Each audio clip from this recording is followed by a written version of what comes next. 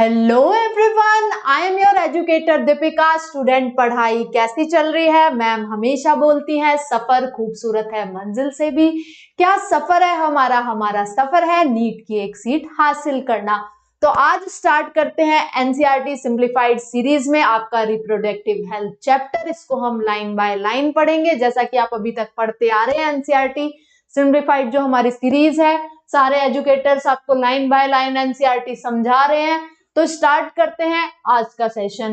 ये मैम के बारे में कुछ इंफॉर्मेशन है, आपको पसंद आए तो आप पढ़ सकते हैं। राइट, रिप्रोडक्टिव हेल्थ ये चैप्टर आपके लिए बहुत जरूरी है समझना, क्योंकि आप एक एजुकेशन में है तो आपको पता होना चाहिए, सारी अवेयरनेस हो जानी चाहिए चीजों के बारे में। इस चैप्टर में हम पढ़ेंगे कि क्या क्या इंडिया में मेजर्स लिए गए रिगार्डिंग रिप्रोडक्टिव हेल्थ, और एमटीपी के बारे में पढ़ेंगे, that is medical termination of pregnancy, in vitro fertilisation, और भी बहुत सारी चीजें हम पढ़ेंगे।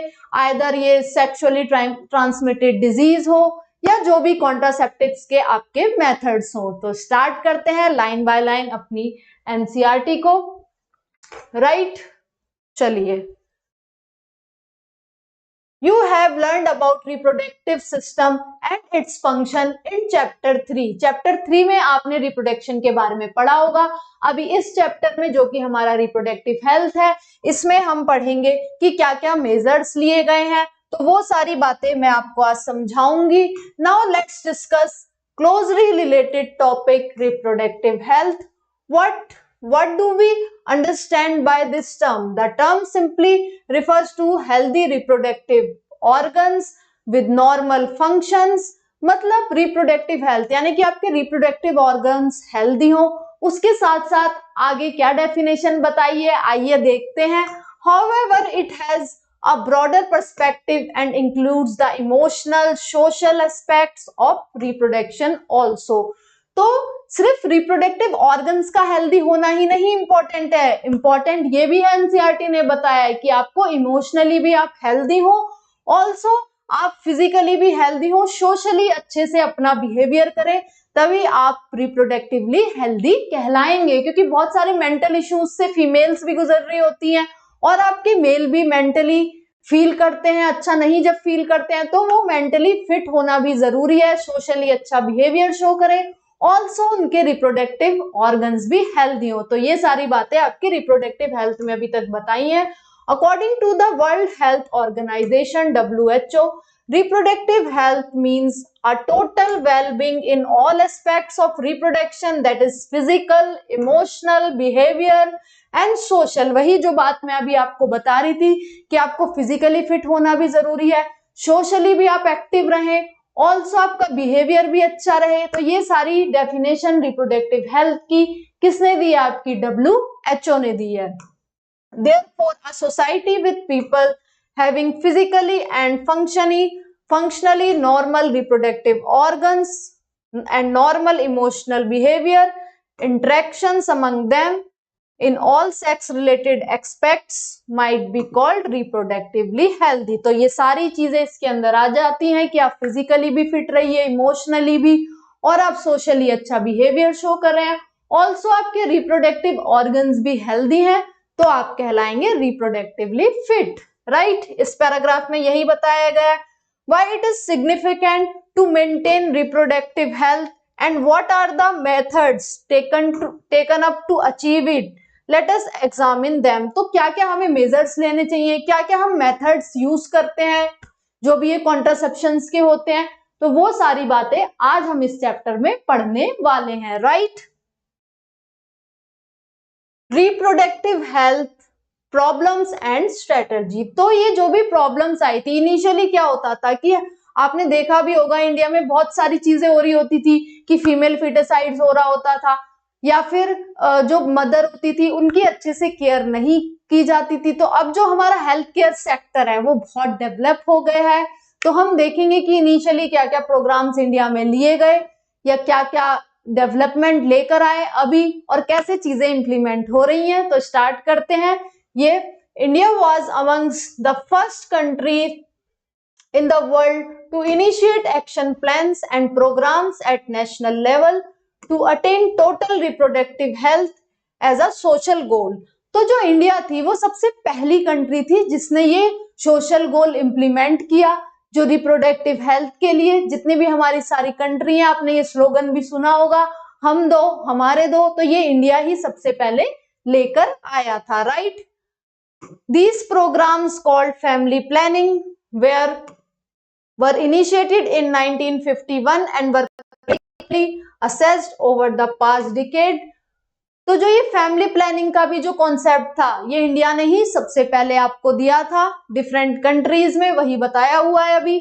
Improve programmes covering wider reproduction related areas are currently in operation under the popular name reproductive and child health care programme. तो जितनी भी आपकी सारी चीजें हैं रिगार्डिंग ये रिप्रोडक्टिव हेल्थ की, तो ये reproductive child health care programme के अंदर आ जाती है। Creating awareness among people about various reproduction related aspects and providing facilities support for building up reproductively healthy society are the major tasks under these programs। तो जो भी आप awareness create कर रहे हैं या फिर उन्हें बता रहे हैं कि यही एक्शन प्लान आप लेंगे तो आपका रिप्रोडक्टिव हेल्थ अच्छी रहेगी, तो ये सारी चीजें इस प्रोग्राम के अंदर आ जाती हैं। कौन से? Reproductive child health care programme के अंदर, राइट। अभी आगे देखते हैं।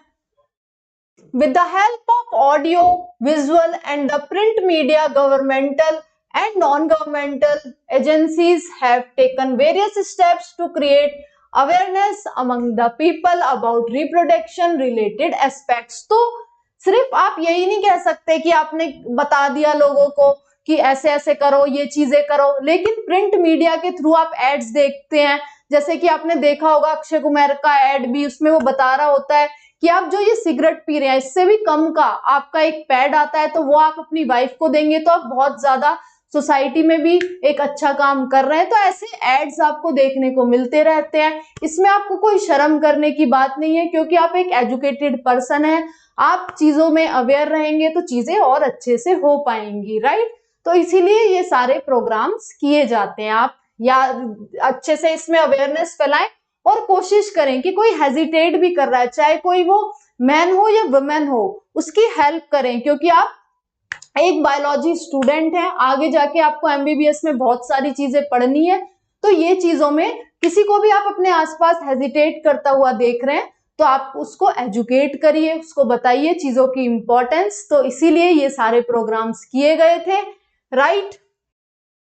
Parents, other close relatives, teachers and friends also have a major role in the dissemination of above information। जो आपके पेरेंट्स हैं, टीचर्स हैं, फ्रेंड्स हैं, उनसे भी आप ये इन चीजों से रिलेटेड बातों में आप डिस्कस कर सकते हैं, इसमें आपको कोई हेजिटेशन नहीं करना चाहिए क्योंकि एनसीईआरटी में भी आपको यही बताया गया। Introduction of sex education in school should also be encouraged to provide right information to young so as to discourage children from believing in myths, having misconception about sex related aspects। तो misconception भी नहीं होना चाहिए क्योंकि ये जो education है regarding sex related चीजों की, तो अगर हम एजुकेट नहीं करेंगे, हेजिटेट करेंगे, अगर बायोलॉजी एजुकेटर ही इन चीजों में हेजिटेट करने लग जाएगा तो आप लोगों को ये चीजें कैसे समझ में आएंगी।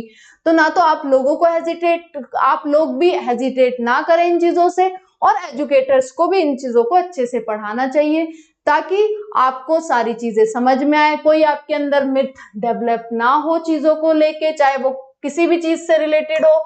Proper information about reproductive organs, adolescence related changes, safe and hygienic sexual practices, sexually transmitted disease, AIDS would help people, especially those in adolescence age group, to lead a reproductively healthy life। तो ये सारी चीजों के बारे में आपको awareness होएगी तो आपको सारी जानकारी रहेंगी, आप फालतू के मिथ में नहीं पड़ेंगे और अच्छे से चीजें करेंगे, वही बताया हुआ है।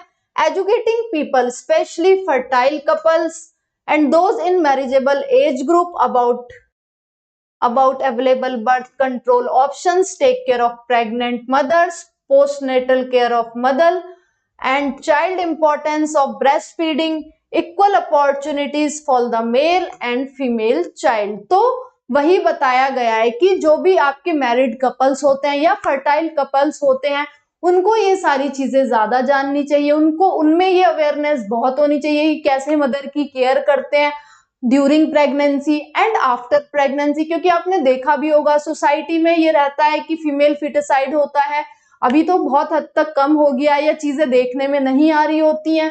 तो इक्वल अपॉर्चुनिटी होनी चाहिए मेल और फीमेल के लिए कि उनका बर्थ हो सके। तो यही सारी बातें अभी यहाँ पे बताई गई हैं। Would address the importance of bringing up socially conscious healthy families of desired size, awareness of problems due to uncontrolled population growth, social evils like sex abuse and sex related crimes need to be created and enable people to think and take up necessary steps to prevent them, thereby building socially responsible and healthy society. तो जो भी unwanted चीजें हो रही होती हैं जैसे regarding rape हो गया, तो वो सारी चीजों के बारे में आपको जानकारी होनी चाहिए, अवेयर होने चाहिए आप, ताकि सोसाइटी में सारी चीजें अच्छे से हो सके। और प्लीज अवेयर रहिए इन चीजों से रिलेटेड, आप बिल्कुल भी हेजिटेट नहीं करें इन चीजों को पढ़ने के लिए और समझें। सारी चीजें आपकी एनसीईआरटी में भी दी गई हैं। आगे बढ़ते हैं। Successful implementation of various action plans to attain reproductive health requires strong infrastructure and facilities. Professional, give me a minute. Reproductive health requires strong infrastructure facilities, professional expertise, material support. These are essentials to provide medical assistance and care to people reproduction related problems like pregnancy, delivery, STDs, abortions, contraception and menstrual problems, infertility, etc. तो हम सबको aware तो कर दें, लेकिन हम material support अगर दें, जैसे कि आपने देखा होगा सोसाइटी में हो रहा होता है कि वेरियस स्कैम्स किए जाते हैं जिसमें आपको सैनिटरी पैड्स देते हैं वो लोग, तो आप एक एक्शन प्लान भी रखें। वही बताया जा रहा है इन लाइनों में कि एक्शन प्लान भी रखिए कि क्या क्या आपको मेजर्स लेने चाहिए। सिर्फ आपको अवेयरनेस बताने से नहीं होगा, अगर आप एक्शन प्लान बता देंगे कि हाँ इस तरीके से ये चीजें होती हैं, जो मेडिकल एक्सपर्टीज होते हैं वो जो यंग लड़कियां होती हैं उन्हें बताएं पीरियड्स के बारे में या मेंस्ट्रुअल साइकिल में के बारे में, तो ये सारी चीजें और अच्छे से इंप्लीमेंट हो सकती हैं। Right. Implementation of better techniques and new strategy from time to time are also required to provide more efficient care assistance to help. Statutory ban on amniocentesis, a fetal sex determination test based on chromosomal pattern in the amniotic fluid surrounding the developing embryo for sex determination to legally check increasing female feticide, massive child immunization are some programs that merit mention in this connection. Amniocentesis, तो जो एमनियोसिंथेसिस है उस पे legally ban कर दिया गया है, क्योंकि जो एमनियोटिक फ्लूइड होता है अराउंड एम्ब्रियो जब वो डेवलप हो रहा होता है, उसका इनिशियली डॉक्टर क्या कर रहे थे, उसका यूज कर रहे थे, कोई क्रोमोसोमल एबनॉर्मैलिटी तो नहीं है बेबी में, तो वो ये देख रहे थे। राइट। बट कुछ लोगों ने इसका गलत तरीके से यूज करने की कोशिश करी, क्योंकि आपको पता है कि क्रोमोसोमल अगर आप देखेंगे पैटर्न तो वहां पे आपको पता चल जाएगा XY है या XX है, तो इसी वजह से फीमेल फिटिसाइड हो रहा था। तो जो ये सारी इलीगल एक्टिविटीज हो रही थी इन पे बैन कर दिया गया था। ये क्वेश्चन आपसे नीट में पूछ लिया जाता है रिगार्डिंग एमनियोसिंथेसिस। तो एमनियोसिंथेसिस का यूज अगर सिर्फ क्रोमोसोमल पैटर्न और एबनॉर्मेलिटी देखने के लिए हो रहा है तब तक तो वो सही है, लेकिन अगर आप फीमेल फिटिसाइड करेंगे तो ये आपका इलीगल हो जाएगा, तो इसीलिए इस पे बैन कर दिया गया था। Research on various reproduction related areas are encouraged, supported by governmental and non-governmental agency, find out new methods to improve upon existing ones. Do you know that Saheli, a new oral contraceptive for females, was developed by scientists at Central Drug Research Institute, that is CDRI in Lucknow, और जो कि India में करा था। तो CDRI that is Central Drug Research Institute ने सहेली एक अपनी सहेली बनाया था जो कि एक ओरल कॉन्ट्रासेप्टिव है, वो भी बहुत बेनिफिशियल रहा था फीमेल के लिए, वही बताया गया है पैराग्राफ में, right. Better awareness about sex related matters, increase number of medically assisted deliveries and better postnatal cares leading to decreased maternal and infant mortality rate, increased number of couple with small families, better detection and cure of STDs, overall increased medical facilities for all sex related problems etc. all indicate improved reproductive health। तो जितनी भी सारी problems होती हैं, चाहे वो mother की initially care नहीं कर रहे होते थे लोग जब वो प्रेग्नेंट होती थी या आफ्टर, अब तो काफी डेवलपमेंट हो गया है इंडिया में, मैन भी इक्वली केयर कर रहे होते हैं अपनी वाइफ की, तो वही बताया गया है, चाहे वो सेक्सुअली ट्रांसमिटेड डिजीज हो या फिर मैटरनल केयर हो। अगर आपके हेल्थ केयर सेक्टर में इंप्रूवमेंट हो जाएगा तो ये मैटरनल मोर्टेलिटी डिक्रीज हो जाएगी और हेल्दी लाइफ एक फर्टाइल आपका कपल जी सकता है, राइट। देन आगे देखते हैं population explosion and birth control. In last century, an all-around development in various fields significantly improved the quality of life in people. However, increased health facilities along with better living condition had an explosive impact on growth of population. तो जो भी आपकी facilities अच्छी हुई तो उससे health care sector में भी अच्छी हो रही हैं चीजें, बट इससे क्या प्रॉब्लम हो रही है कि अभी पॉपुलेशन भी बढ़ रही है, क्योंकि पहले क्या होता था कि डेथ हो जाती थी इनिशियली बेबीज की। आप देखेंगे, आपने सुना भी होगा अपने मम्मी पापा से कि इनिशियली इतनी अच्छी हेल्थ केयर सेक्टर हमारा था नहीं और आपके बेबी को बचा नहीं पाते थे, तो इसीलिए। बट अभी क्या हो रहा है, हेल्थ केयर सेक्टर इंप्रूव्ड हो गए हैं, तो उसकी वजह से क्या हो रहा है, पॉपुलेशन भी आपकी बढ़ रही है, क्योंकि आपके जो भी एम्ब्रियो होता है वो अच्छे से डेवलप हो पाता है, कोई भी प्रॉब्लम होती है आप डॉक्टर को बता सकते हैं, इजीली वो डिटेक्ट हो जाती है, तो आपका बेबी सरवाइव करता है। तो हेल्थ केयर सेक्टर अच्छा होने के कारण आपकी पॉपुलेशन है वो भी बढ़ रही है, राइट। वही बताया गया है, the world population which was around 2 billion in 1900 rocketed to about 6 billion by 2000। तो जो आपकी पॉपुलेशन 2 बिलियन थी 1900 में, अभी वो कितनी हो गई है, अभी वो 6 बिलियन हो गई है in 2000। A similar trend was observed in India too.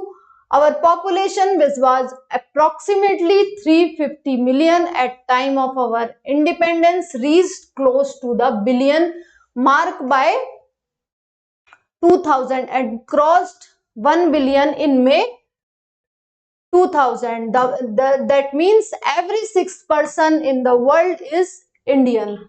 तो हमारी जो पॉपुलेशन थी इंडिया में, तो वो कितनी बता रहे हैं, वो बता रहे हैं 350 मिलियन थी जब हम इंडिपेंडेंस के टाइम पे, बट वो बिलियन पहुंच गई 2000 में और क्रॉस कर गई 1 बिलियन कब, आपकी मई 2000 में। तो इसका मतलब क्या हुआ कि आपकी 6th टाइम इंक्रीज हो गई, हर एक छठा आपका जो पर्सन है वो इंडियन है, तो बहुत तेजी से इंडिया में पॉपुलेशन बढ़ी, वही बताया गया है यहाँ पे।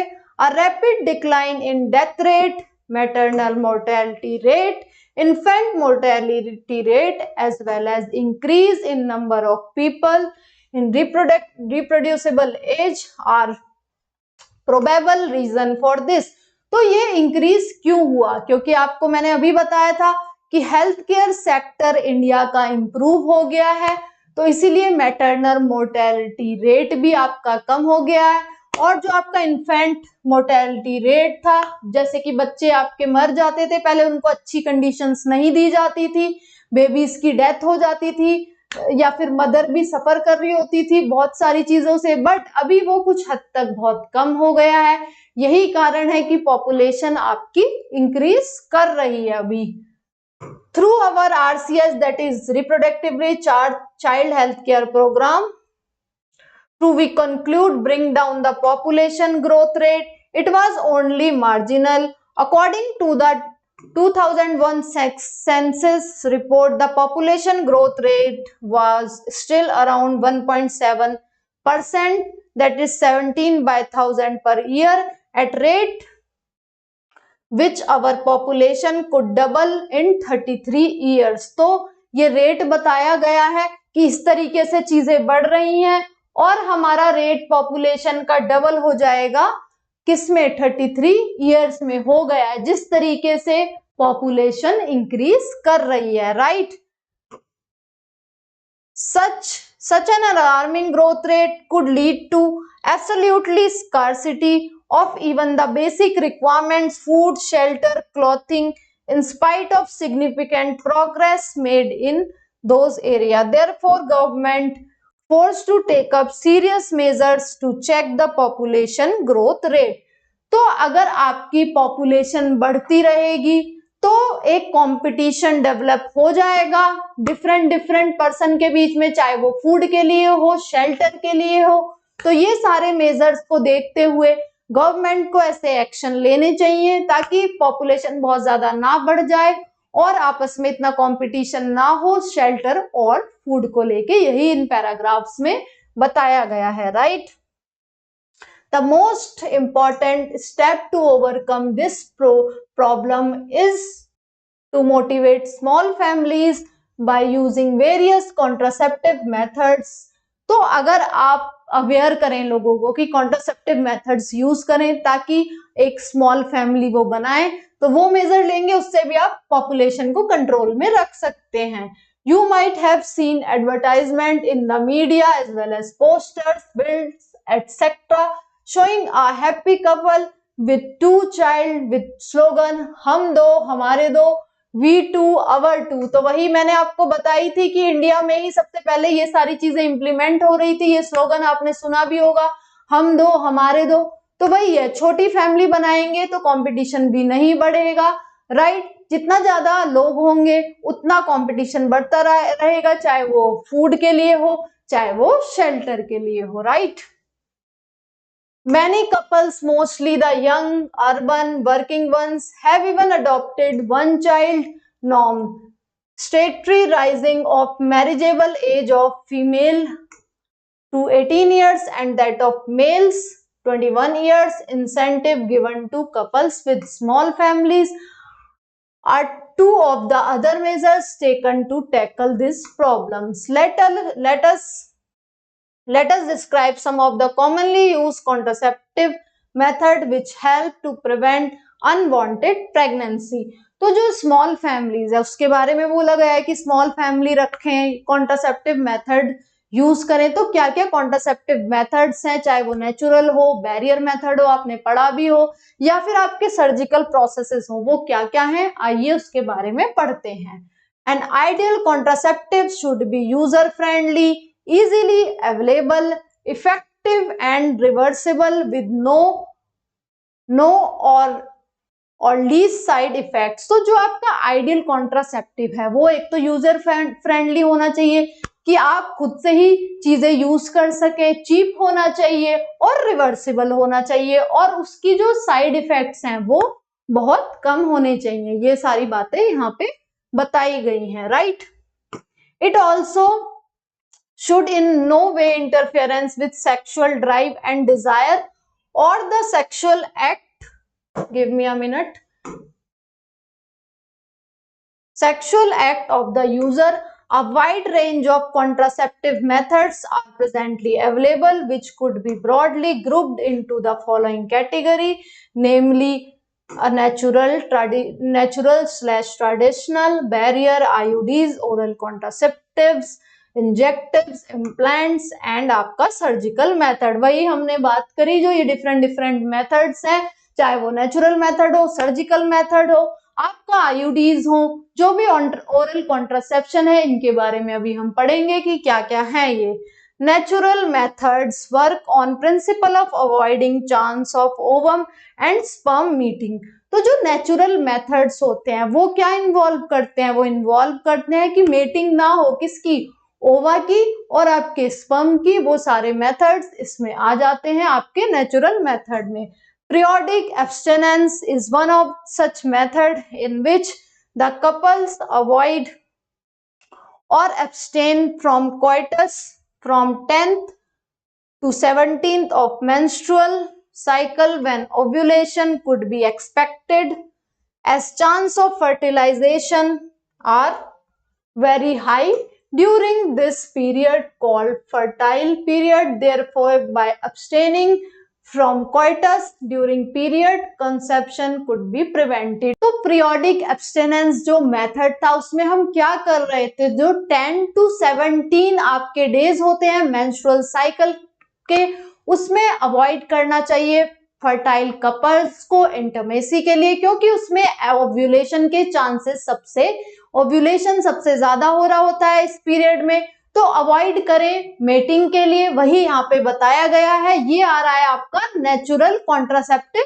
मेथड का, जो भी सारे बता रहे हैं। अभी देखते हैं दूसरा मेथड क्या आ जाता है यहाँ पे, विड्रॉल और coitus interruption is the another method which the male partner withdraws his penis from the vagina just before ejaculation so as to avoid insemination.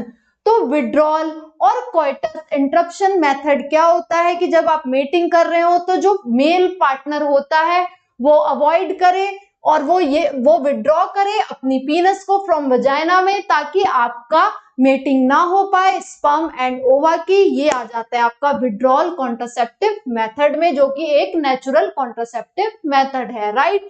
Lactational amenorrhoea, absence of menstruation method is based on the fact that the ovulation, therefore the cycle do not occur during the period of intense lactation following parturition।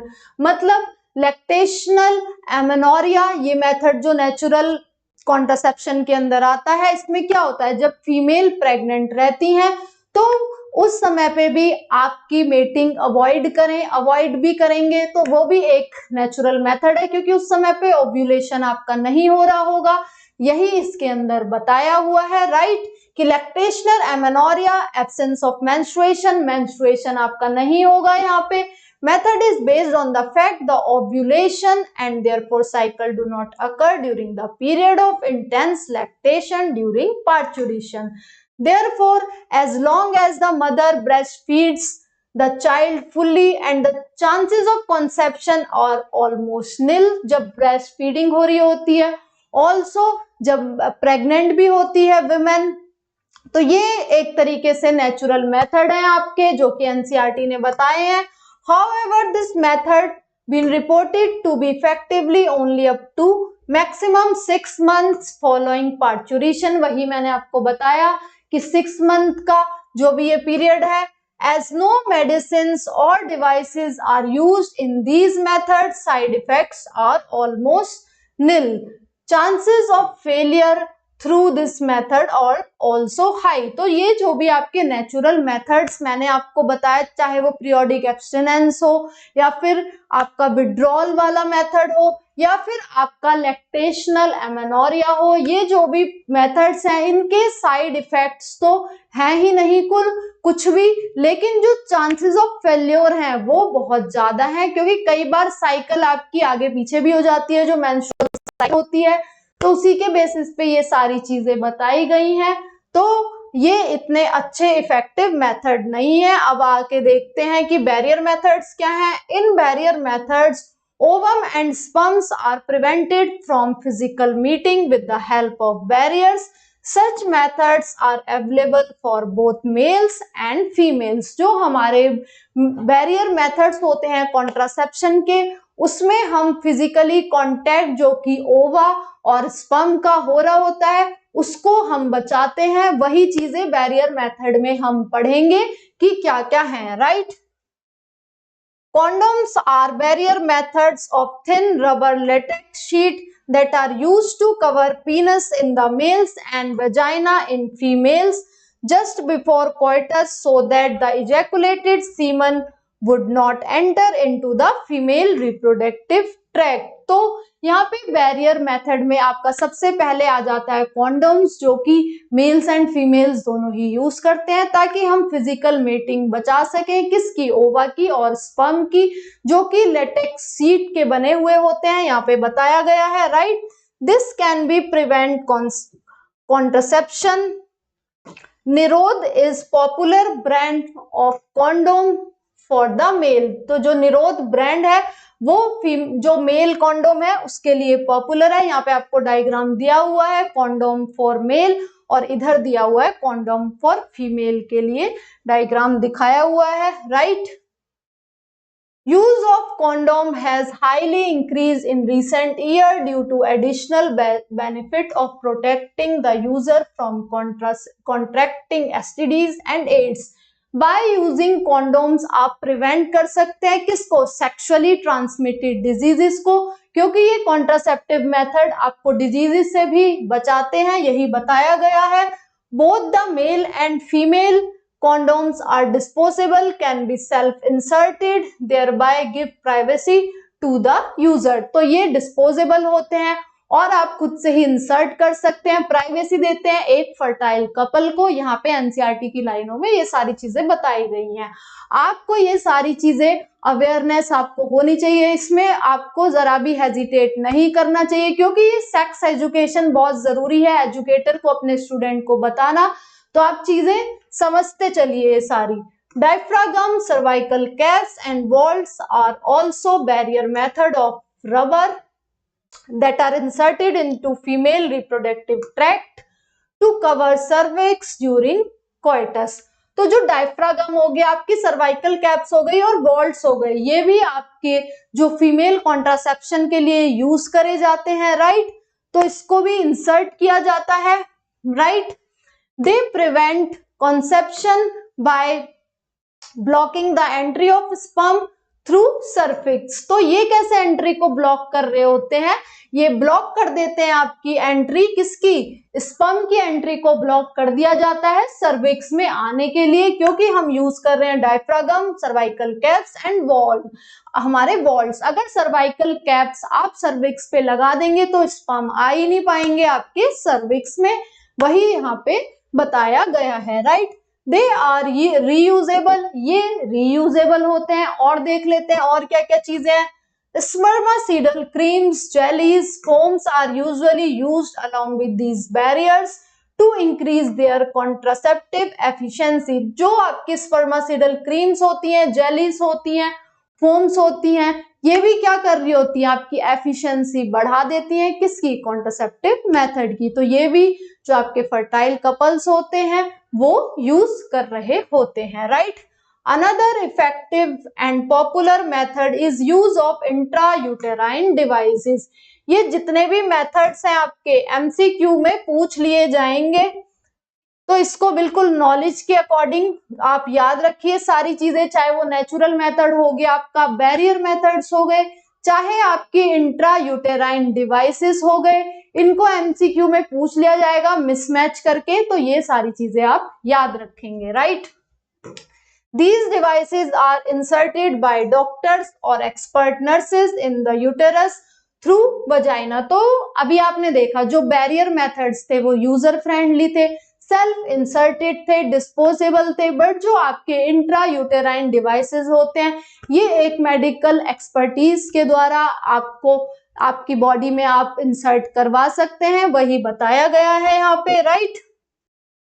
These intrauterine devices are presently available as non-medicated IUDs, Lippes loop, copper-releasing IUDs, copper T, copper 7 and multi-load 375, and the hormone-releasing that is progesterone and LNG 20। तो यहाँ से 4 marks का आपका question पूछ लिया जाएगा। क्या क्या बताया हमने, आईयूडी में आपके हार्मोन रिलीजिंग भी आ जाते हैं, डिफरेंट इनकी कैटेगरीज बताई हुई है, जिसमें कि आपके आईयूडीज में आ जाता है लिपीज लूप, कॉपर रिलीजिंग में आ जाता है आपको copper T, CU7, Multiload 375 and hormone releasing में 2 आ जाते हैं आपके प्रोजेस्टेरोन एंड LNG 20। तो ये भी एमसीक्यू में पूछ लिया जाएगा आपसे कि हार्मोन रिलीजिंग कौन से हैं आपके, ऑल्सो आपके कॉपर रिलीजिंग कौन से हैं। तो ये सारी बातें आप याद रखिए। IUDs increase phagocytosis of sperm within the uterus and CU copper ions released suppress sperm motility and fertilizing capacity of the sperm। जो आपके इंट्रा यूटेराइन डिवाइसेस होते हैं वो क्या करते हैं, वो किस तरीके से वर्क कर रहे होते हैं, वो फेगोसाइटिस जो होता है यानी कि जो स्पर्म्स होते हैं उनको मारना शुरू कर देते हैं यूटेरस में। तो इस तरीके से वो वर्क कर रहे होते हैं, राइट। और क्या बताया गया, और बताया गया है कि जो कॉपर आयंस होते हैं, जो हमारे कॉपर रिलीजिंग कॉन्ट्रासेप्टिव चीजें हम यूज कर रहे हैं मेथड्स, वो क्या कर रहे होते हैं, वो सप्रेस कर देते हैं स्पर्म की मोर्टेलिटी। अगर स्पर्म की मोर्टेलिटी ही सप्रेस हो जाएगी वो, तो फिर मर जाएंगे स्पर्म, आपका फर्टिलाइजेशन नहीं हो पाएगा, स्पर्म ओवा को फर्टिलाइज नहीं कर पाएंगे, देन जाइगोट आपका नहीं होगा। तो यही मेथड्स हैं, ये किस तरीके से वर्क कर रहे हैं, जैसे कि हमने नेचुरल मेथड पढ़ा और हमने बैरियर मेथड पढ़ा। अभी हम यहाँ पे इंट्रा यूटेराइन डिवाइसेस के बारे में बात कर रहे हैं। आपको मैकेनिज्म भी पता होना चाहिए कि किस तरीके से ये सारे कॉन्ट्रासेप्टिव मेथड्स वर्क कर रहे हैं, right. The hormone releasing IUDs in addition make the uterus unsuitable for implantation and the cervix hostile to sperm।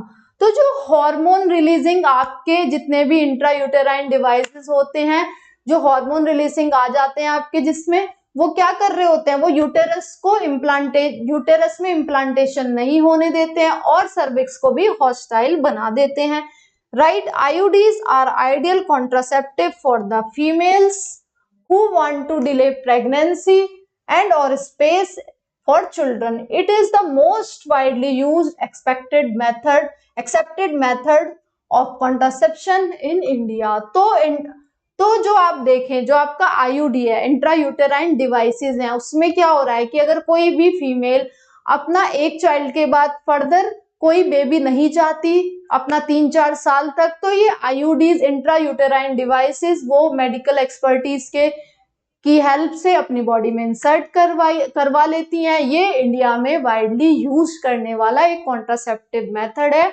Females के लिए जो कि सेकंड बेबी नहीं चाहती हैं, राइट, या फिर कुछ ड्यूरेशन चाहती हैं वो सेकंड बेबी और फर्स्ट बेबी में। तो ये कॉपर टी का डायग्राम है, इस तरीके से टी की शेप में है ये, तो आप देख सकते हैं, राइट। Then oral administration of small doses of either progesterones and progesterone estrogen combination is another contraceptive method used by females। They are used in the form of tablets, hence popularly called pills। तो आपने pills के add भी देखे होंगे, जैसे कि सहेली का भी मैंने आपको नाम बताया, that is oral contraceptive method for females. तो ये जो भी ओरल कॉन्ट्रासेप्शंस होते हैं पिल्स की फॉर्म में फीमेल्स लेते हैं, इसमें कौन कौन से आपके हार्मोन आ जाते हैं, इसमें आ जाते हैं आपके प्रोजेस्टेरॉन का कॉम्बिनेशन, साथ में एस्ट्रोजन का भी ले सकते हैं, आइदर वो प्रोजेस्टेरॉन रहेगा और प्रोजेस्टेरॉन एंड एस्ट्रोजन का कॉम्बिनेशन रहता है इन पिल्स में, right. Pills have to be taken daily for a period of 21 days starting preferably within the first 5 days of menstrual cycle। After a gap of 7 days during which menstruation occurs, it has to be repeated in the same pattern till females desire to prevent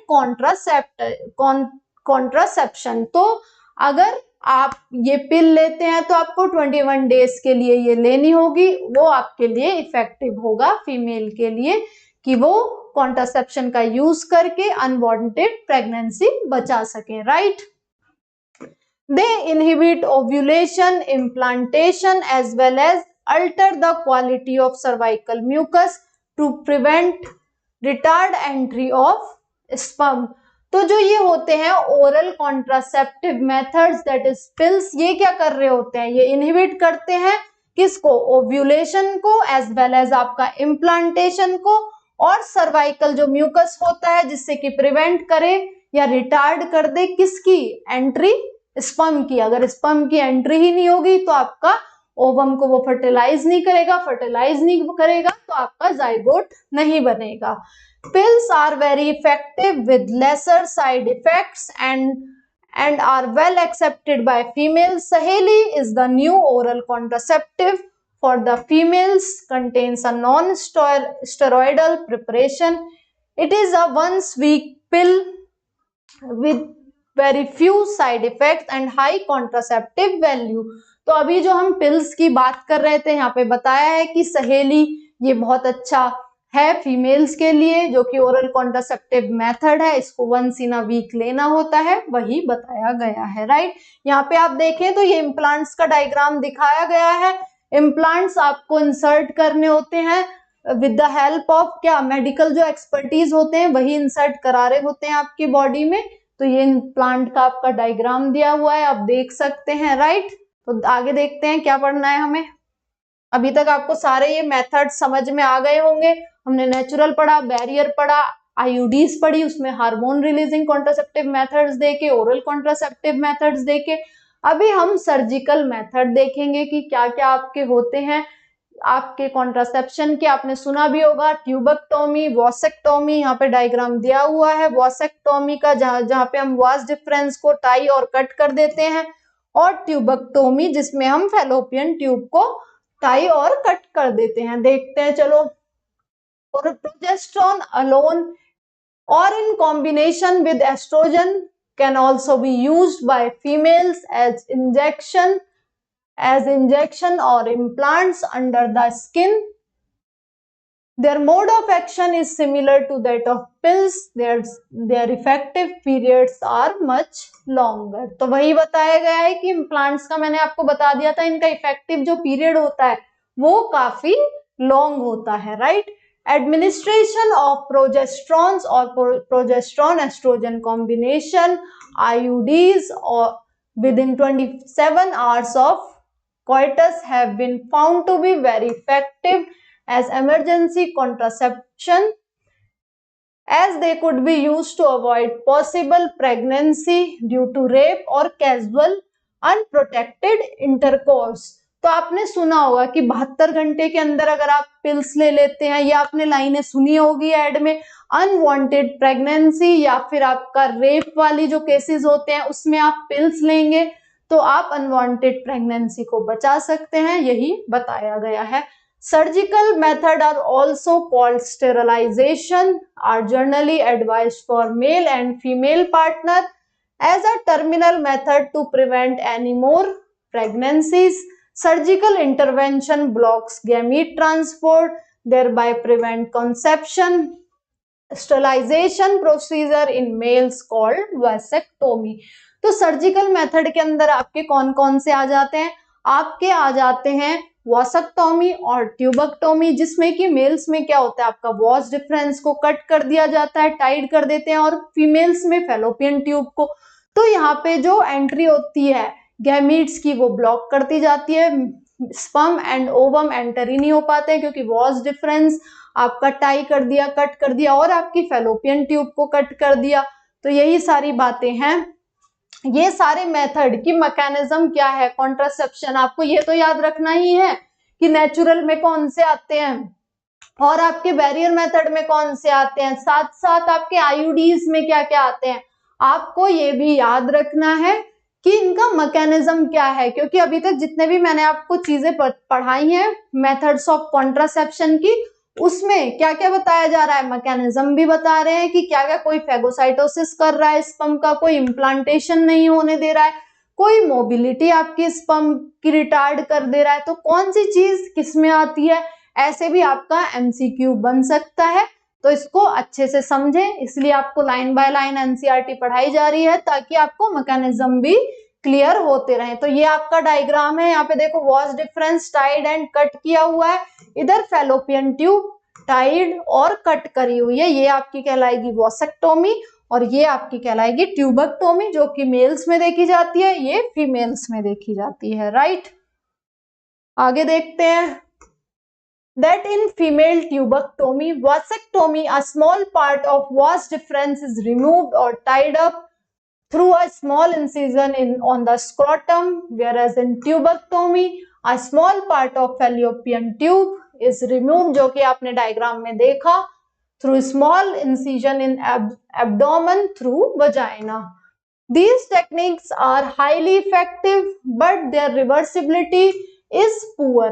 अब ये बोल रहे हैं कि ये जो भी आपकी वॉसेक्टोमी हो गई, ट्यूबेक्टोमी हो गई, चाहे वो मेल्स में हो चाहे फीमेल्स में हो, इनका जो फेल्योर रेट है वो तो बहुत कम है, लेकिन इनकी रिवर्सिबिलिटी पुअर है. अगर आपने एक बार ये वॉज डिफरेंस को कट एंड टाइड अप कर दिया या फेलोपियन ट्यूब को कट एंड टाइड अप कर दिया, तो इसको दोबारा से आपको सही करना इतना आसान नहीं है. उसमें भी मेडिकल एक्सपर्टीज का यूज आपको लेना पड़ेगा, हेल्प लेनी पड़ेगी. It need to be emphasized that the selection of suitable contraception method and its use should always be undertaken in consultation with qualified medical professionals. वही बताया गया है कि जो भी ये सर्जिकल मेथड होते हैं इसमें आपको एक मेडिकल एक्सपर्टीज चाहिए ही होते हैं. वही बताया गया है यहाँ पे कि आप ऐसे किसी भी अनक्वालिफाइड डॉक्टर से ये सारी चीजें नहीं करा सकते हैं. प्रॉपर गाइडेंस में आपको ये चीजें करनी होती हैं, right. One must also remember that contraceptives are not regular requirements for maintenance of reproductive health. In fact, there are practiced against natural reproductive events, conception, pregnancy. One is forced to use this method either to prevent pregnancy or delay or space in pregnancy due to personal reasons. No doubt the widespread use of these methods a significant role in checking uncontrolled growth of population. However, their possible ill effects like nausea, abdominal pain, breakthrough bleeding, irregular menstrual bleeding, or even breast cancers through though not very significant should not be totally ignored. तो बताया गया है कि जो ये reproductive health के बारे में हम इनिशियली बढ़ रहे थे कि फिजिकली, मेंटली, सोशली अगर आप फिट हैं, ऑल्सो आपके रिप्रोडक्टिव ऑर्गन फिट हैं, तो आप रिप्रोडक्टिवली हेल्दी कहलाएंगे. पर जो ये आपके कॉन्ट्रासेप्शन के मेथड्स होते हैं इसके लिए अपने पर्सनल रीजंस की वजह से लोग यूज कर रहे होते हैं, क्योंकि वो एक ड्यूरेशन चाहते हैं अपने फर्स्ट और सेकंड चाइल्ड के बीच में, या फिर अनप्रोटेक्टेड आप अगर कुछ भी आप चीजें कर रहे हैं तो आप अनवांटेड प्रेगनेंसी बचाएं, इसीलिए ये चीजें यूज की जाती हैं. वही इन पैराग्राफ्स में बताया गया है कि इसके लिए कोई फोर्स नहीं है किसी को, ये आप अपने पर्सनल रीजन की वजह से यूज कर रहे होते हैं. ऑल्सो जो ये कॉन्ट्रासेप्टिव मेथड्स होते हैं इनके कुछ साइड इफेक्ट भी एनसीईआरटी ने बताए हैं, जैसे कि एब्डोमिनल पेन हो गया, नॉइजिया हो गया, आपकी इंटरनल ब्लीडिंग हो गई या फिर आपकी इंटरनल ब्लीडिंग हो जाएगी, और आपकी जो मेंस्ट्रुअल साइकिल है वो भी आपकी इरेगुलर हो सकती है. ये कॉन्ट्रासेप्टिव मेथड यूज करने से ये सारे डायग्राम्स, ये सारी चीजें अभी बताई गई हैं. ऑल्सो कुछ केसेस में ब्रेस्ट कैंसर भी देखा जाता है अगर इनका एक्सेसिव यूज कर रहे हैं, तो राइट ये सारी बातें इधर बताई गई हैं. अभी देखते हैं MTP, that is medical termination of pregnancy. Abortions के बारे में आपने सुना होगा, किस तरीके से उसको इंडिया में इम्प्लीमेंट किया गया, क्या क्या लीगल एक्टिविटीज लेकर आई गई, वो यहाँ पे बताया हुआ है, राइट. इंटेंशनल और voluntary, give me a minute, intentional or voluntary termination of pregnancy before full term called medical termination of pregnancy, that is MTP, or included abortion. Nearly 45 to 50 million MTPs are performed in a year over the world, which accounts to 1/5 of total number of conceived pregnancy in a year. अगर आप legally अपने child को abort कर रहे हैं या फिर medical जो भी आपके एक्सपर्टीज हैं उनकी डिसीजन, उनके अकॉर्डिंग सारी नॉलेज लेके ये डिसीजन ले रहे हैं, तब तो सही है आपका अबॉर्शन करना. अगर आप फीमेल फिटिसाइड कर रहे हैं तो उसके लिए जो आपकी गवर्नमेंट है उन्होंने एक्शंस लिए हैं। तो देखते हैं क्या क्या एक्शंस हैं। और देखा जाता है कि 45 to 50 मिलियंस एमटीपीज परफॉर्म्ड होते हैं ईयर में ओवर द वर्ल्ड, जो कि 1/5 है total number of conceived pregnancy का। तो सोचो 45 to 50 मिलियन अबॉर्शंस हो रहे होते हैं throughout year, right? MTP has significant role in decreasing population through it is not meant for that purpose, although आप population को तो कम कर रहे होते हैं MTP से, बट ये आपका पर्पस नहीं है। अगर बच्चे में एबनॉर्मेलिटी देखी जा रही है, क्रोमोसोमल उसको कोई डिजीज है, either it is down syndrome, Klinefelter syndromes, कोई भी आपको सिंड्रोम देखा जा रहा है, आप नॉलेज लें अपने डॉक्टर से, तब ये प्रैक्टिस आप करिए। ऐसे इलीगली फीमेल फिटिसाइड के लिए ये चीजें नहीं होनी चाहिए। Whether to accept legalize MTP or not is being debated upon in many countries due to emotional, ethical, religious, social issues involved in it।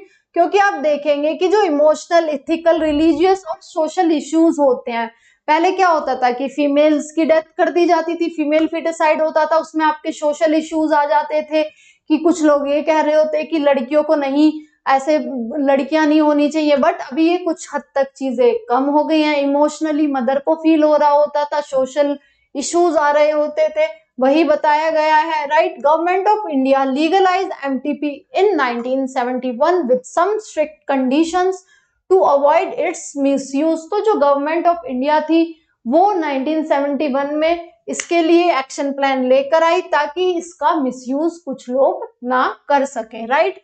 Such restriction are all the more important to check indiscriminate and illegal female feticides which are reported to be high in India। तो वही बात मैंने आपको बताई कि India में ये देखा जा रहा था कि फीमेल फिटिसाइड हो रहा है, तो इसी के लिए गवर्नमेंट ऑफ इंडिया ने अपना एक एक्शन प्लान बनाया, right? Why MTP? Obviously, the answer is to get rid of unwanted pregnancies, either due to casual unprotected intercourse or failure in contraception used during coitus, rapes. MTPs are also essential in certain cases. Give me a minute.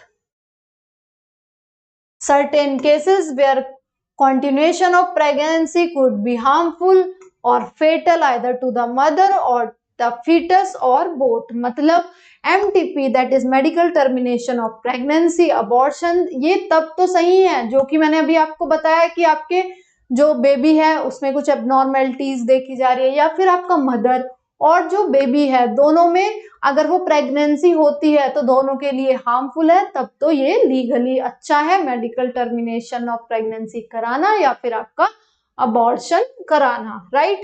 MTPs are considered relatively safe during first trimester up to 12 weeks of pregnancy. Second trimester abortions are much more risky। तो जो आपका abortions होते हैं आपकी first trimester up to 12 weeks of pregnancy में तो वो safe है, जो कि आप मेडिकल जो आपके प्रैक्टिशनर्स होते हैं, डॉक्टर्स होते हैं, उनकी हेल्प से करें तो ये सही है। लेकिन अगर आप अपना सेकेंड ट्राइमेस्टर में ये कर रहे होते हैं तो ये आपका बहुत रिस्की हो सकता है। One disturbing trend observed in that majority of MTPs are performed illegally by unqualified quacks, which are not only unsafe but could be fatal too। तो ये मिसयूज किया जाता है MTPs का। डिफरेंट जो डॉक्टर ज्यादा पढ़े लिखे नहीं होते हैं, जो अच्छी डिग्री नहीं लेते हैं, विदाउट MBBS होते हैं, वो ऐसी प्रैक्टिसेस कर लेते हैं कि अबॉर्शंस करा देते हैं, पैसे ले लेते हैं, बट ऐसे नहीं करना चाहिए, ये सोसाइटी के लिए अच्छी बात नहीं है।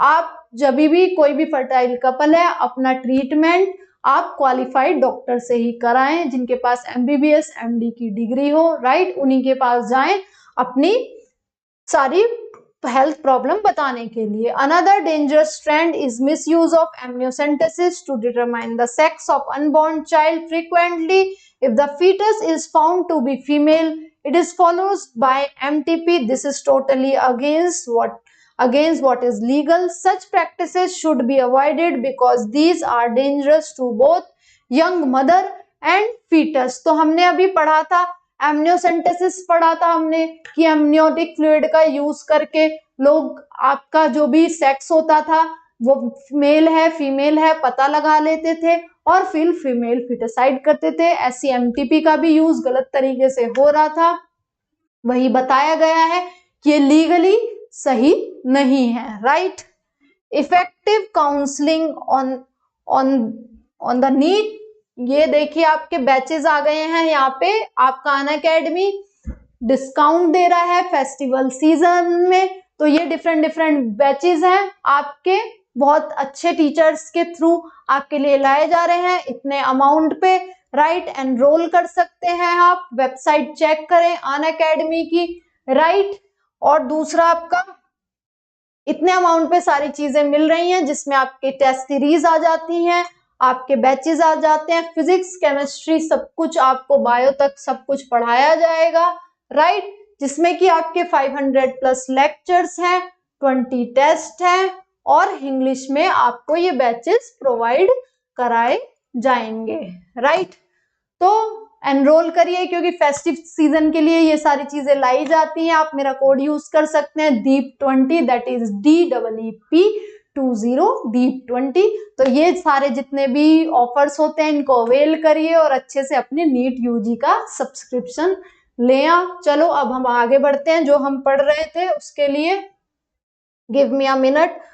क्या क्या हम पढ़ रहे थे? हम पढ़ रहे थे कि जो effective counselling on the need, effective counseling on the need to avoid unprotected coitus and the risk of factors involved in illegal abortion as well as providing more healthcare facility could reverse the mentioned unhealthy trends। तो अगर हम legally सबको चीजें बताएंगे कि इस तरीके से चीजें करनी है या ये प्रैक्टिसेस करनी है, आपको ये कॉन्ट्रासेप्टिव मेथड्स यूज करने हैं, तो अनहेल्दी लाइफ जो लोग रिप्रोडक्टिवली जी रहे हैं उसको हम कई हद तक कम कर पाएंगे, राइट।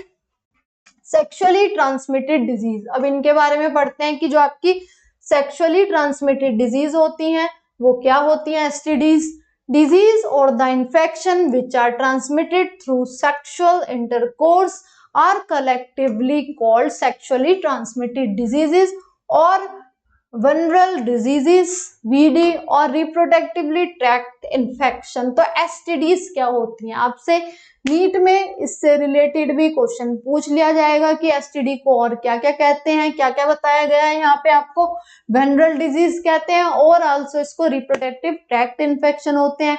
अगर आपको कोई भी डिजीज हो रही है थ्रू सेक्सुअल इंटरकोर्स की वजह से, यहाँ पे लिखा हुआ है कि डिजीजेज और the infection which are transmitted, जो भी इन्फेक्शन आपको ट्रांसमिट हो रहे हैं थ्रू सेक्सुअल इंटरकोर्स, चाहे वो डिजीज हो इन्फेक्शन हो, थ्रू सेक्सुअल इंटरकोर्स अगर आपको ट्रांसमिट हो रहे हैं तो वो आपकी कहलाएगी क्या, सेक्सुअली ट्रांसमिटेड डिजीजेज, राइट।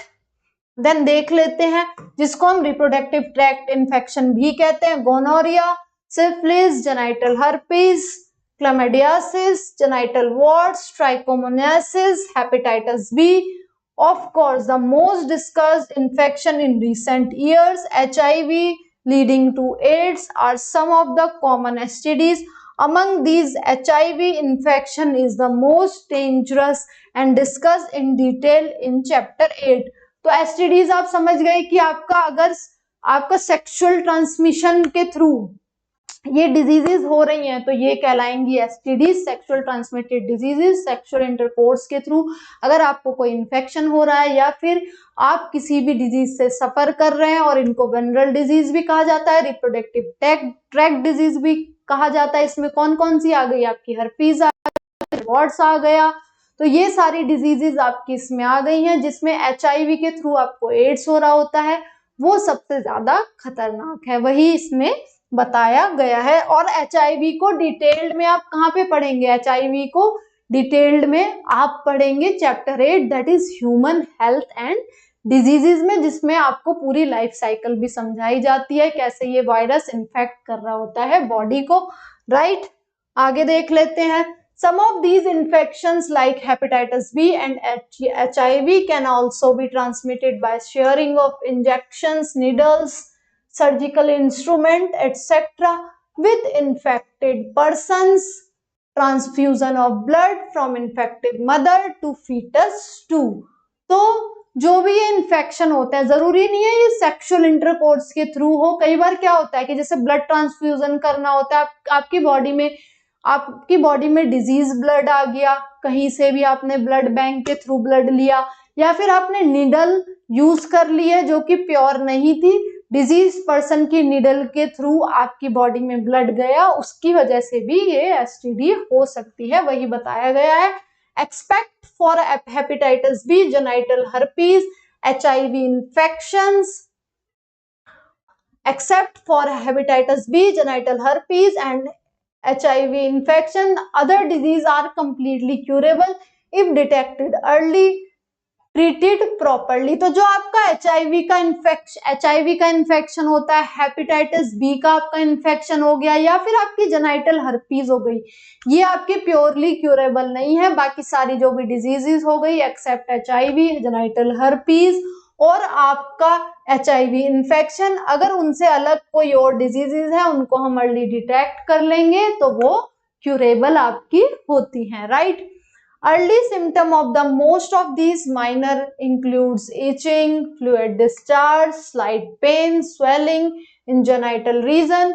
तो जो भी सिम्टम्स देखे गए हैं आपके एसटीडीज के वो क्या क्या होते हैं, आपको इचिंग होती है इनिशियली, स्लाइट पेन देखा जाता है, स्वेलिंग देखी जाती है, फ्लूइड डिस्चार्ज देखा जाता है, कहाँ पे, आपके जेनाइटल रीजन में। वो सारी बातें यहाँ पे बताई गई हैं कि इनिशियल सिम्टम्स क्या होते हैं आपके एसटीडी में, ठीक है। द इन्फेक्टेड फीमेल्स में often be asymptomatic, hence may remain undetected for long absence or less significant symptoms in early stage of the infection, and the social stigma attached to STDs deter the infected person from going for timely detection and proper treatment।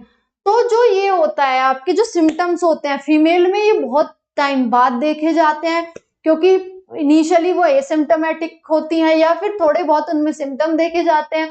और अगर ये सारे myth देखे जाते हैं, अगर कोई ऐसे डॉक्टर के पास जा भी रहा है ना चेकअप के लिए तो सोशली उसको लो फील हो रहा होता है, तो आपके आसपास भी कोई इस तरीके की बीमारी से सफर कर रहा है तो उसको जज ना करें, कोई ऐसे मिथ ना बनाए, मिसकॉन्सेप्शन ना लेकर आए।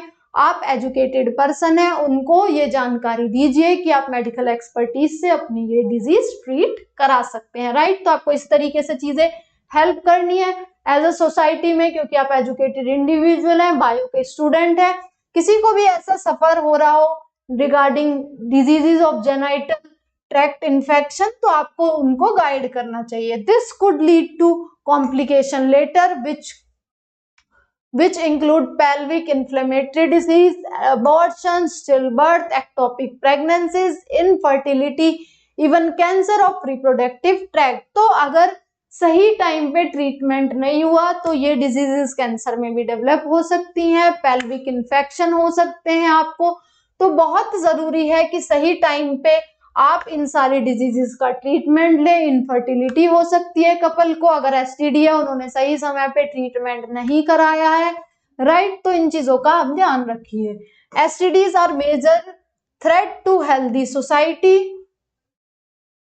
Prevention or early detection and cure of these diseases are given prime consideration under reproductive health care programs। तो अगर हम अर्ली डिटेक्ट कर लें इन डिजीजेस को तो ये हेल्पफुल रहेगा क्योर करने के लिए इन सारी डिजीजेस को, राइट।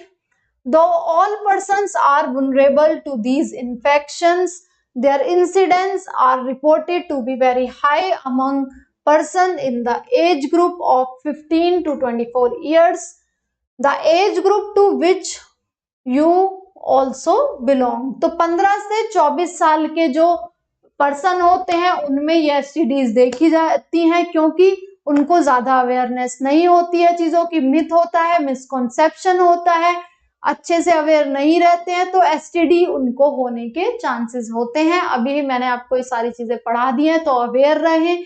ऐसे ब्लड ट्रांसफ्यूजन या निडल अगर आप यूज भी कर रहे हैं तो देखें कि कहीं गलत तरीके से तो वो निडल यूज नहीं करी जा रही है, प्योर है ना आपके बॉडी से, अगर कोई भी ब्लड ले रहा है तो ये मेक श्योर करिए, ये आपकी रिस्पॉन्सिबिलिटी बनती है, जो कि क्योर करेगा आपको एसटीडी से। There is no reason to panic because prevention is possible.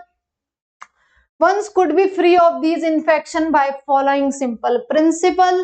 आप अवॉइड करें सेक्स विद अननोन पार्टनर्स और multiple partners. Always use condoms during coitus. In case of doubt, one should go to qualified doctor for early detection and get complete treatment of diagnosed with disease.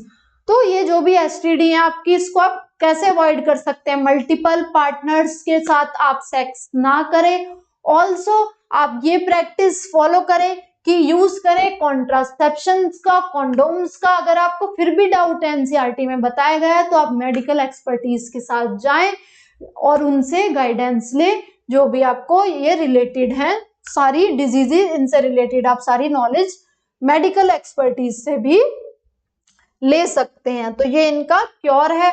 अब आ जाते हैं infertility के बारे में। सबसे पहले इस चैप्टर में हमने क्या क्या देखा? हमने प्रोग्राम्स देखे कि इंडिया में क्या क्या चाइल्ड हेल्थ केयर प्रोग्राम्स लाए गए हैं, उनके लिए कैसे कैसे हमने मेजर्स देखे, हमने स्लोगन पढ़े, हम दो हमारे दो। उसके बाद हमने और सारी चीजें देखी, कॉन्ट्रासेप्टिव मेथड्स क्या है, राइट, जिसमें कि आपके नेचुरल बैरियर, आपके आईयूडीज आ गए थे, देन सर्जिकल मेथड्स आ गए थे, फिर हमने एसटीडीज के बारे में पढ़ा। अब हम आ जाते हैं इनफर्टिलिटी पे। As discussion on reproductive health is incomplete without mention of infertility. A large number of couples all over the world, including India, are infertile. They are unable to produce children in spite of unprotected sexual cohabitation. The reason for this could be many: physical, congenital, disease, drugs, immunological और even psychological. तो infertility में, India में आजकल infertility देखी जा रही है, fertile couples थोड़े कम रह गए हैं, धीरे धीरे फर्टिलिटी रेट इंडिया में गिर रहा है। उसका डिफरेंट रीजन हो सकते हैं, एनसीईआरटी में बताया गया है, वो साइकोलॉजिकली हो सकता है, मेंटली हो सकता है, आप स्ट्रेस से सफर कर रहे हो, क्योंकि अगर स्ट्रेस होता है फीमेल्स को तो उनकी मेंस्ट्रुअल साइकिल भी डिस्टर्ब हो रही होती है। तो स्ट्रेस ना लें, चाहे वो मेल हो चाहे वो फीमेल हो, राइट। ऑल्सो इम्यूनोलॉजिकल प्रॉब्लम्स भी हो सकती हैं कि आपकी इम्यूनिटी अच्छी नहीं है, तो इसलिए आपको ये इनफर्टिलिटी हो रही है। फिजिकल भी प्रॉब्लम्स हो सकती हैं, या ड्रग रिलेटेड चीजें हो, उसकी वजह से ये चीजें हो रही हो, इनफर्टिलिटी। वही बताया गया है। In India often the females blamed for couple being childish, but more often that is not. The problem lies in male partners. Specialized healthcare units, infertility clinics could help diagnosis and corrective treatment of some of these disorders, enable these couples to have children. However, where such corrections are not possible, the couples could be assisted to have children through certain special techniques called assisted reproductive techniques और ART या फिर art. तो आप देखेंगे कि initially अभी भी कुछ लोग फीमेल्स को ब्लेम कर रहे होते हैं, किसके लिए? चाइल्ड ना होने के लिए। बट ऐसा नहीं है, क्योंकि जरूरी नहीं है कि फीमेल्स में ही प्रॉब्लम होगी तो चाइल्ड नहीं होगा। कई बार मेल की फर्टिलिटी में भी प्रॉब्लम होती है, स्पर्म काउंट कम होता है या फिर कैपेसिटी नहीं होती है चीजों में। तो ये सारी चीजें आप मेडिकल डॉक्टर को दिखाएं ताकि सारी चीजें डायग्नोस हो पाए। और अगर जो भी इनफर्टाइल कपल्स है, डिफरेंट टेक्निक्स के थ्रू वो अपना चाइल्ड चाहते हैं, तो इसी के अंदर आ जाती है आपकी असिस्टेड रिप्रोडक्टिव टेक्निक्स। देखते हैं वो टेक्निक्स क्या क्या है जिसकी हेल्प से एक इनफर्टाइल कपल अपना बेबी कर सकता है। तो देखते हैं in vitro fertilization, IVF fertilization outside the body in almost similar condition as that in body, followed embryo transfer is one of such method. In this method popularly इसको कहा जाता है test tube baby program. Ova from the wife, that is donor female, and the sperm from the husband, that is donor male, collected and induced to form zygote under simulated condition in laboratory. तो test tube baby programmes आपने सुने होंगे। इन vitro fertilisation, इसको याद रखेंगे, in vitro में T आ रहा है, इन विट्रो, तो इसे टेस्ट ट्यूब बेबी प्रोग्राम भी कहते हैं। वाइफ से या फिर डोनर फीमेल से ओवम ले लिया जाता है, स्पर्म मेल या डोनर मेल से ले लिया जाता है और उनको फ्यूज कराया जाता है लेबोरेटरी कंडीशन में, जो कि जाइगोट डेवलप कर लेता है। इसी को ही हम कहते हैं टेस्ट ट्यूब प्रोग्राम्स और in vitro fertilization, right. The zygote or the early embryos with up to 8 blastomeres could then be transferred into fallopian tube called ZIFT, that is zygote intrafallopian transfer। अगर आपका जो zygote बना या early embryo बना उसको हम transfer कर रहे हैं अप टू 8 ब्लास्टोमियर्स, तो इसको हम क्या कहेंगे, इसको हम कहेंगे जाइगोट इंट्राफैलोपियन ट्रांसफर। जबकि आप embryo with more than 8 blastomeres uterus में अगर उसे ट्रांसफर करेंगे तो उसको कहेंगे हम IUT, that is intra uterine transfer. तो ये दो क्वेश्चंस भी आपसे पूछ लिए जाएंगे आपके MCQ में कि जिफ्ट क्या है, IUT क्या है। जो भी आपका एम्ब्रियो बना अगर उसको 8 ब्लास्टोमियर तक आप ट्रांसफर कर रहे हैं किसमें, यूटेरस में, तो वो कहलाएगा आपका GIFT, that is zygote intrafallopian transfer. और मोर देन 8 ब्लास्टोमियर से ज्यादा अगर वो बन गया है तब आप यूटेरस में ट्रांसफर करा रहे हैं तो वो कहलाएगा आपका IUT, that is intra uterine transfer to complete its further development. जब आप ट्रांसफर करा देंगे तो फिर उसका फर्दर डेवलपमेंट और आगे हो जाएगा, right. The embryo formed by in vivo fertilization, fusion of gametes within females or also could be used for such transfer to assist those females who cannot conceive। तो in vivo fertilization, in vitro fertilization में तो आप समझ गए क्या मतलब हुआ, उसका टेस्ट ट्यूब में हो रहा है ये सारा प्रोसेस, उसमें ही एम्ब्रियो बन रहा है, फिर हम उसे ट्रांसफर करा रहे हैं अप टू 8 ब्लास्टोमियर्स और मोर देन 8 ब्लास्टोमियर स्टेजेस पे। देन उसके बेसिस पे हमने देखा जिफ्ट एंड IUT देखा। बट अगर हम विद इन अ बॉडी ये सारे प्रोसीजर करें तो ये कहलाता है आपका इन विवो फर्टिलाइजेशन। फीमेल्स में ये प्रैक्टिस करी जाती है क्योंकि जो फीमेल कंसीव नहीं कर पाती तो इन विवो फर्टिलाइजेशन उनके लिए सही है, ताकि आप उन फीमेल्स की हेल्प कर सके जो बेबी को कंसीव नहीं कर पा रही हैं।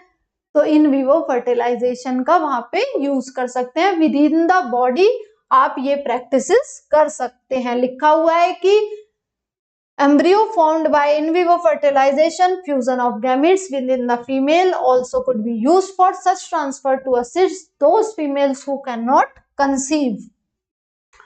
Transfer of an ovum collected from donor into fallopian tube, that is zift gamete intrafallopian transfer of another female who cannot produce one but can provide suitable environment for fertilization and further development is another method attempted। अब इसका क्या मतलब है कि अगर हम transfer कर रहे हैं कोई भी ओवम जो कि हमने कलेक्ट किया डोनर से into a fallopian tube of another females जो कि सुटेबल इन्वायरमेंट दे रही है फर्टिलाइजेशन के लिए, ये भी एक मेथड है जिसे हम गिफ्ट कहते हैं, that is gamete intrafallopian transfer. मान लीजिए आपको अपना ही ओवम यूज करना है फर्टिलाइजेशन के लिए बट आप कंसीव नहीं कर पा रहे हैं तो क्या किया जाता है मेडिकल प्रैक्टिशनर्स के द्वारा कि वो ओवा को दूसरी फीमेल में ट्रांसफर कर देते हैं जिससे कि एक हेल्दी इन्वायरमेंट मिल सके, राइट। लिखा हुआ है कि of another female who can not produce one but can provide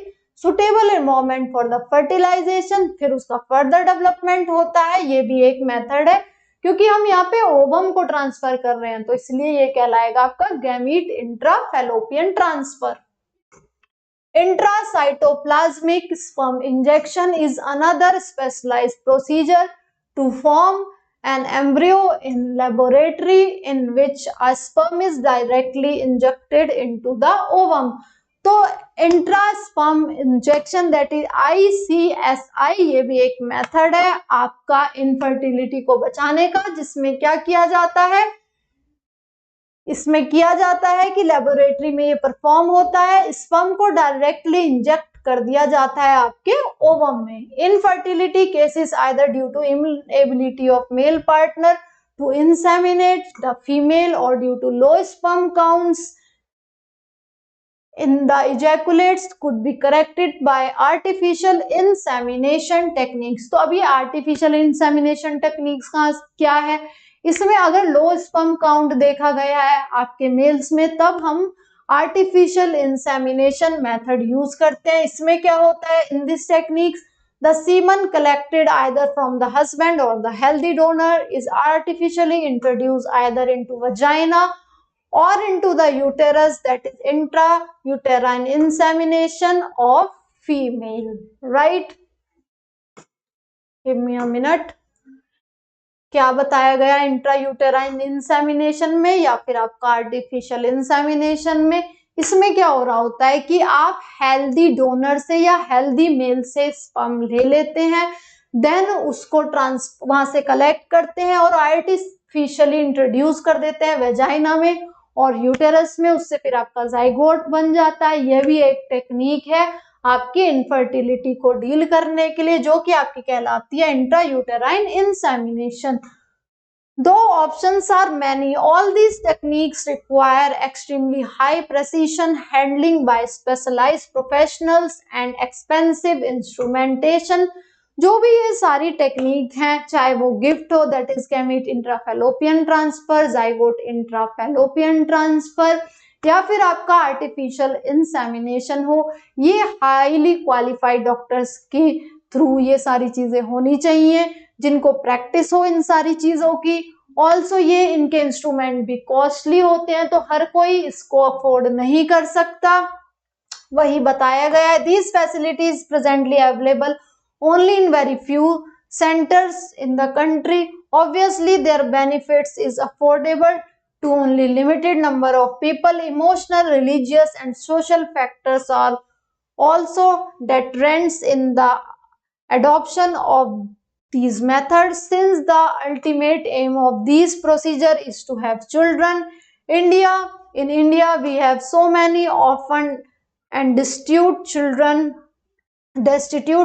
who would be probably not survive till maturity unless taken care of। Our laws permit illegal adoptions and it is yet one of the best method for couples looking for parenthood। अब यहाँ पे क्या बताया गया है, यहाँ पे आपका बताया गया है कि इंडिया में आपने देखा बहुत सारे ऑर्फन बच्चे होते हैं, अनाथ बच्चे होते हैं, तो अगर कोई भी ये सारी प्रैक्टिसेस को अफोर्ड नहीं कर सकता है, जो भी सारी ये टेक्निक्स हैं आपकी, तो क्या कर सकते हैं ऐसे पेरेंट्स जो इनफर्टाइल हैं, वो एक अनाथ बच्चे को भी अडॉप्ट कर सकते हैं, क्योंकि इंडिया में ये बहुत सारे केसेस देखे जाते हैं।